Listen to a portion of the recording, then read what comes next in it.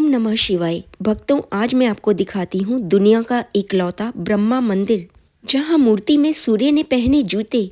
पांडवों ने यहाँ बनवाया शिव मंदिर। 52 घाटों से सजी पवित्र झील और ब्रह्मा जी के मंदिर के लिए पुष्कर पूरे संसार में प्रसिद्ध है। सैकड़ों मंदिरों की घंटियाँ शाम के समय यहाँ एक साथ बजती हैं। शहर का पवित्र वातावरण गुंजायमान हो उठता है।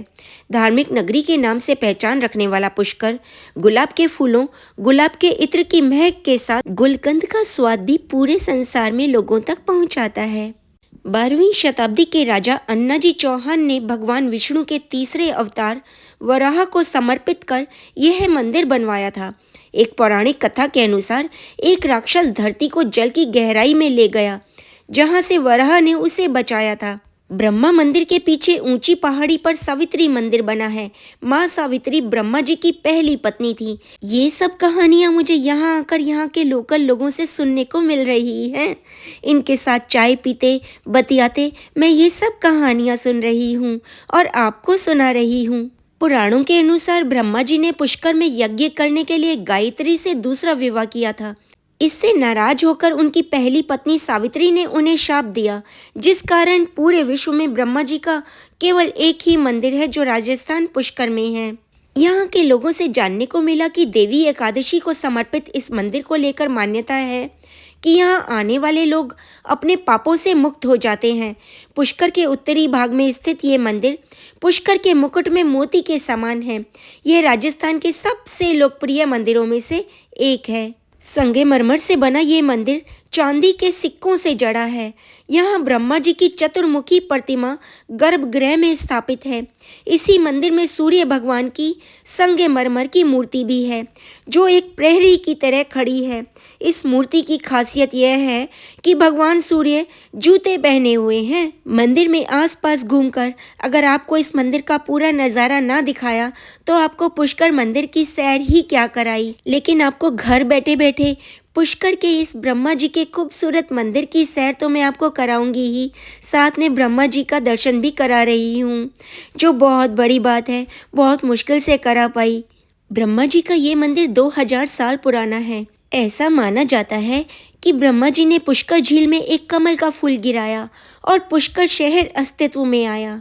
तब से पुष्कर ब्रह्मा के कई घरों में से एक बन गया।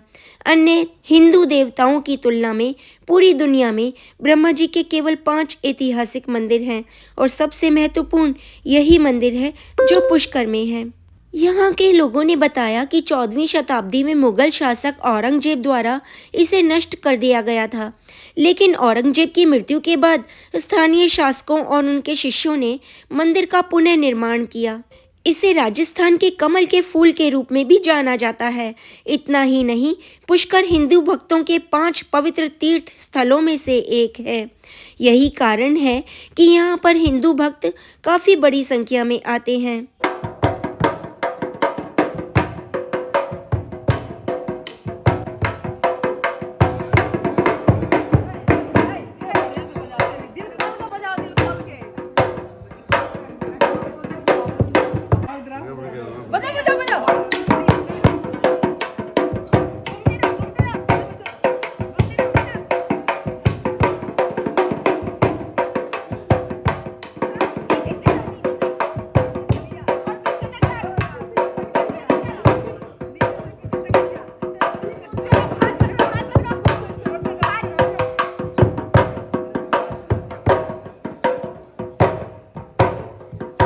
ये सब बातें और कहानियाँ मुझे यहाँ आसपास के लोगों से पता लगी। कुछ नीचे फूल और प्रसाद बेचने वाले भैया ने बताई और कुछ यहाँ पर मालपुड़े जलेबी बेचने वाले भैया ने बताई।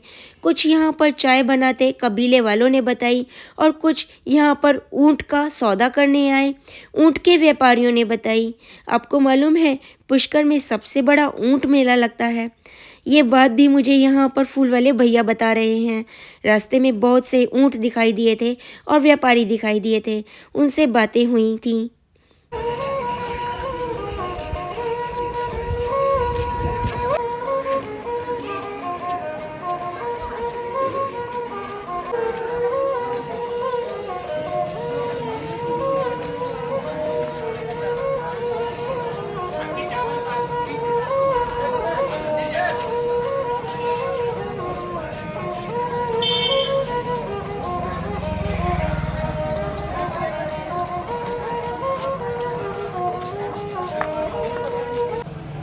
की जय हो। और यहाँ पर बाबा जी हैं और ये गौ माता का 5वां पाँव है। आप इनको फोकस करके दिखाइए, ये 5वां पाँव है और ये गौ माता को चुनरी उड़ा रखी है और ये गौ माता आशीर्वाद देती है। गौ माता की जय।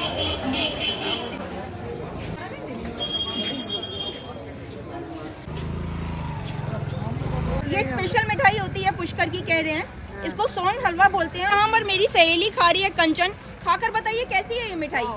मीठी है? हाँ, हलवा मीठी है, बहुत टेस्टी है। आप बताइए मिठाई कैसी है? बहुत अच्छी है, बहुत अच्छी है। आप इसको खाने के लिए दोबारा पुष्कर आना चाहेंगे? बिल्कुल बिल्कुल। आप बताइए, आपने मिठाई ली? बहुत है, ये भी ले रही हूँ, ये भी ले रही हूँ। ये दोनों मिठाइयाँ ले रहे हैं आप? आधा किलो ये कर दिया। तो आपने इसको चक्कर देखा? हाँ, आधा किलो। आपने चक्कर देखा? कैसी लगी मिठाई? बहुत अच्छी। मिठाई लेंगे, पहले दर्शन करेंगे फिर मिठाई लेंगे। आपने ब्रह्मा जी के दर्शन कर लिए? बहुत अच्छे से दर्शन हो गया। क्या बोलते हैं इसको?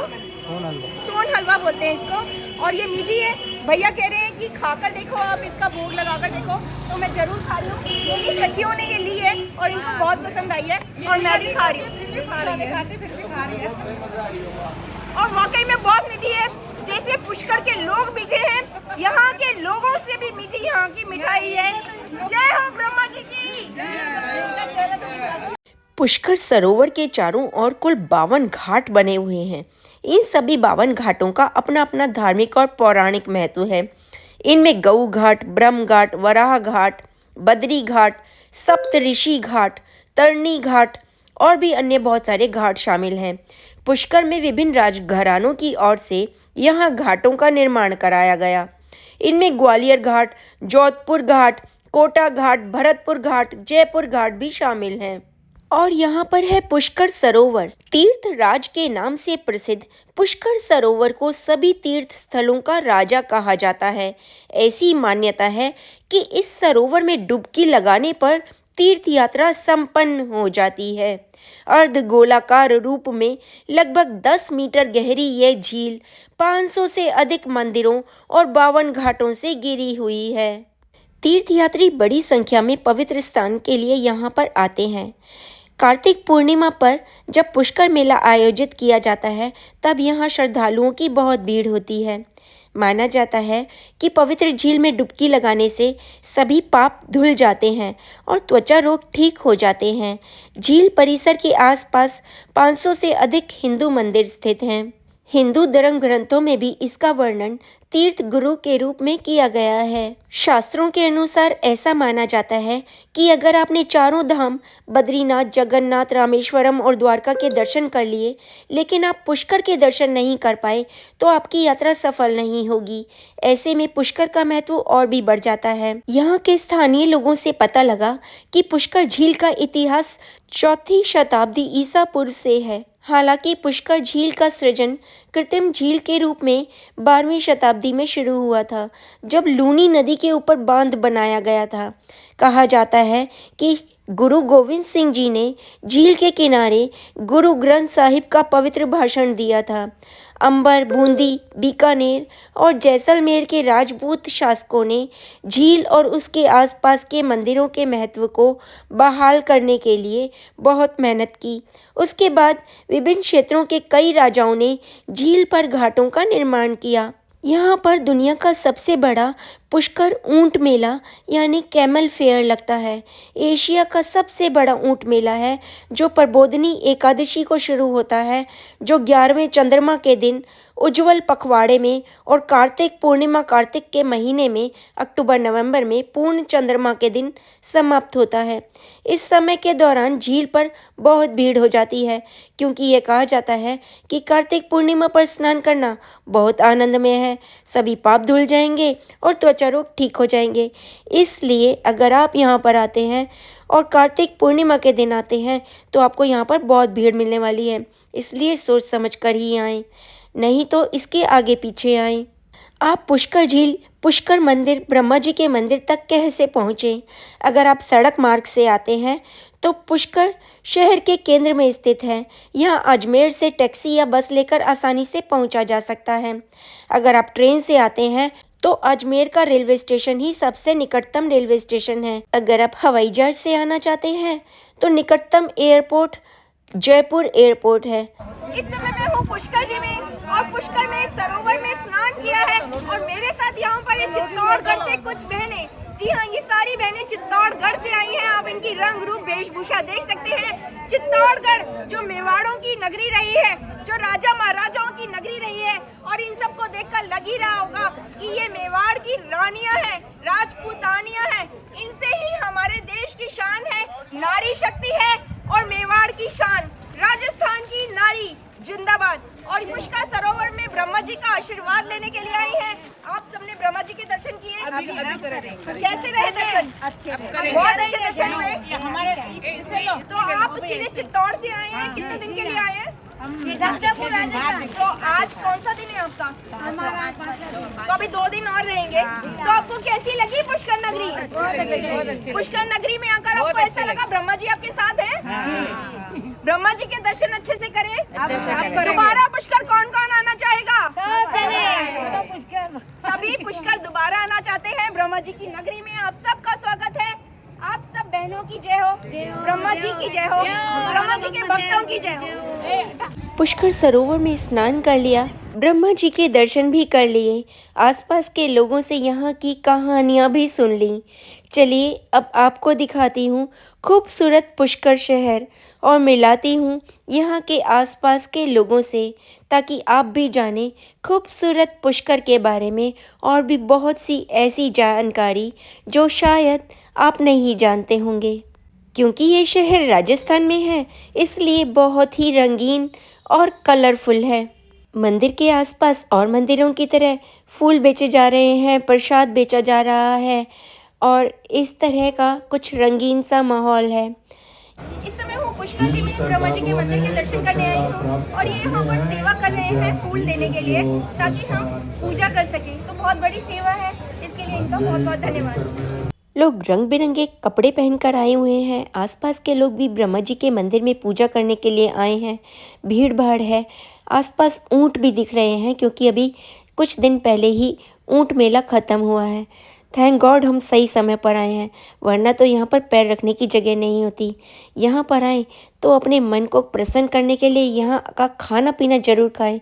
यहाँ की लस्सी पीजिए, मालपुए और जलेबी खाइए। गर्मा गर्म जलेबी का स्वाद बेहतरीन है यहाँ का, और हर दुकान पर मालपुए मिल जाएंगे।